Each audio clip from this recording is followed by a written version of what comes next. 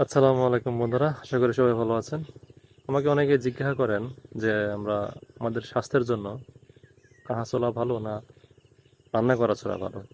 তো বন্ধুরা, আসুন আমরা দেখে নিই আমাদের শরীরের জন্য, স্বাস্থ্যের জন্য কোন ধরনের ছোলা ভালো। ভিডিওটি স্কিপ না করে পুরোটা দেখুন। আপনি এক বাটি কাঁচা ছোলা রাতে পানি দিয়ে ভিজিয়ে রাখলেন এবং পরের দিন সকালবেলা বিভিন্ন মশলা দিয়ে রান্না করে খেয়ে নিলেন। আসলে সমস্যা এখানেই, আপনি যখনই ছোলা হিট দিয়ে রান্না করলেন তখনই ছোলার ভিতরে থাকা লাইফ ফোর্স বা প্রাণশক্তি নষ্ট হয়ে গেল এবং এটি একটি মৃত খাবারে পরিণত হলো। বিজ্ঞানীরা বলছেন আমাদের সুস্থ এবং প্রাণবন্ত জীবনের জন্য প্রয়োজন carbohydrate, protein, fat, vitamin, mineral, phytochemical, পানি, hormone, enzyme, oxygen, bioelectrical energy, life force বা প্রাণশক্তি। এর মধ্যে এনজাইম, ফাইটোকেমিক্যাল, বায়োইলেকট্রিক্যাল এনার্জি এবং লাইফ ফোর্স কোনো প্রাণীজ খাবারে পাওয়া যায় না। এগুলো পাওয়া যায় শুধুমাত্র উদ্ভিজ খাবারে।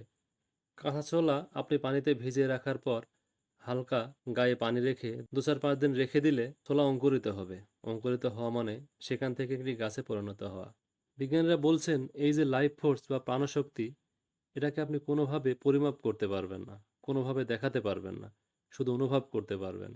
এবং এই লাইফ ফোর্স বা প্রাণশক্তি আমাদের প্রাণবন্ততা এবং আমাদের সুস্থতার জন্য অতি গুরুত্বপূর্ণ। সে কারণে বিজ্ঞানীরা এবং যারা গবেষক তারা বলছেন ছোলা হতে পরিপূর্ণ পুষ্টি পাওয়ার জন্য কাঁচা ছোলা বা অঙ্কুরিত ছোলা আমাদের খাওয়া প্রয়োজন। তো বন্ধুরা, ভিডিওটি ভালো লাগলে এটি লাইক করুন এবং কমেন্ট করে আপনার মতামত জানান। আর ভিডিওটি প্রয়োজনীয় মনে করলে অবশ্যই সবার মাঝে ছড়িয়ে দিন।